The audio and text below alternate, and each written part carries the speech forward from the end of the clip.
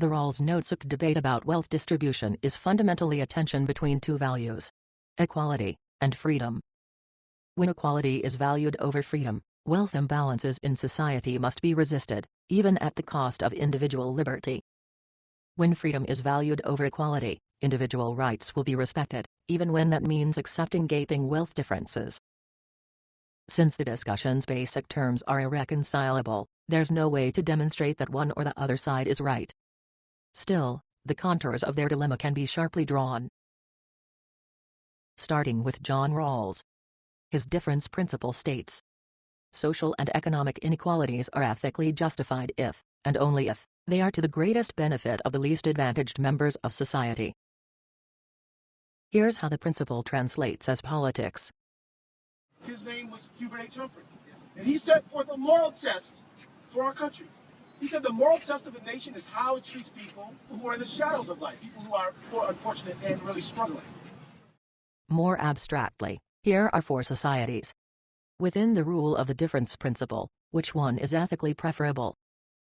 It's going to be C, because people are allowed to engage in a world of economic exchanges that are mutually beneficial, and that may result in some people accumulating more wealth than others. Still, no one may get ahead at the expense of the neediest. So, Rawls serves the egalitarian ideal. But he makes two changes to the pure version of equality. These are two adjustments to equality ethics as it would be, if it were applied crudely, if it were simply everyone getting, and living, the same. First, he realigns the idea of equality with the imperative that no one may be left behind. Second, he allows wealth imbalance, as strictly controlled, into society. In theory, this idea works. There's a problem in practice though. What happens if there are a few members of a society who swallow up all generosity, and convert it to misery? For example, a heroin addict may consume tremendous resources. There are methadone clinics to establish, and hospital stays to cover. Homeless shelters need to be constructed. All that is expensive, and the money has to come from somewhere. No doubt some will be subtracted from the luxuries of the wealthiest. But some will also detract from most everyone else. And, in the end, no matter how much is spent to rescue the addicted, there will always be those who fall back into the drugs, and into the need. Finally, the problem with the difference principle is that it holds the entire society hostage to the Sisyphean task of rehabilitating the least fortunate. When equality means that no one gets ahead unless the poorest of the poor do, then the bottom 1% ends up holding the rest to infinite ransom. Apart from equality, there is ethics as valuing freedom. It starts with the libertarian principle.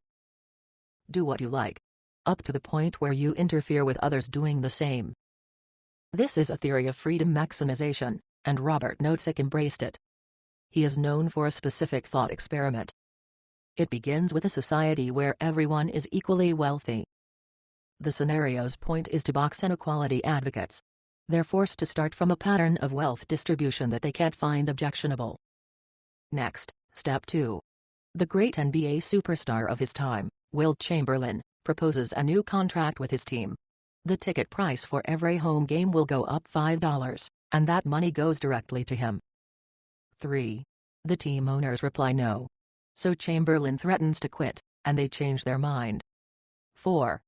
Some season ticket holders cancel their purchase, but most agree that it's worth the extra money to see the superstar play. 5. About 20,000 people fit in the arena, where Chamberlain plays 41 games a year. 6.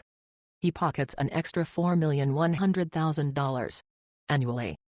The result is disconcertingly imbalanced wealth in this once egalitarian society. In economic terms, the objection may come that the extreme inequality distorts the marketplace, and creates inefficiencies. Psychologically, people may despise the newly rich, while others dread the rising tide of envy. But ethically, is there any objection? It's hard to locate. There were no complaints at the start. And as society evolved, everyone made their own choices. Above all, no force was employed, or even implied. There was no coercion. Which means no one's freedom was violated. And for that reason, there's no solid ground for complaint about how we ended up in a world where some people are stars, and others aren't. There simply can't be legitimate objections because, within the ethics of freedom maximization, saying that no one's freedom has been violated is no different from determining that whatever happened was ethically justified. The conclusion is that freedom as the highest value dissolves ethical complaints about wealth inequality in society. Further, if someone does complain, if they say Chamberlain shouldn't have proposed the new contract, or the owners shouldn't have agreed to it, or the spectators shouldn't have ponied up the extra money, then, at bottom, what's that? Isn't the complaint really a plea for coercion? It seems so. If people aren't going to be allowed free rein to make their own decisions and pursue their own desires, their autonomy is violated. So, actively blocking the emergence of wealth inequality finds no ethical justification. Next, the logic expands from prohibitions to corrections. It's not just that there's a problem with prohibiting people from acting independently to accumulate wealth, there's also a problem with intervening afterward to undo the free actions. Concretely, after individuals become rich, a tax may be proposed to redistribute wealth toward a more balanced state. And, if everyone freely agrees, that's fine. But at the moment one person says no, cooperation shifts back into coercion. No matter how satisfying the redistribution proposal may be, what is perceived on the ethical level is that people's own initiatives and accomplishments are getting reversed and oppressed. Unjustly. In the end, it's not only that the ethics of freedom allows wealth inequality. It also debilitates the remedies of the egalitarians. Concluding. This reasoning is solid, and hard to stop once you buy the premise. Once you begin doing ethics from the privileging of freedom as the highest value, then you're committed to letting people gather in arenas, or on Wall Street, and accumulate fortunes. Of course, you don't need to start from freedom. A world where money accumulates for a few, while suffering festers for others, is not the only justifiable reality, and maybe, imposing some equality would be good, even if that implies using force. Regardless, what's certain is that the initial decision about values, the decision about whether human equality, or individual freedom, is worth more, ultimately shapes what you believe about wealth, distribution, and justice.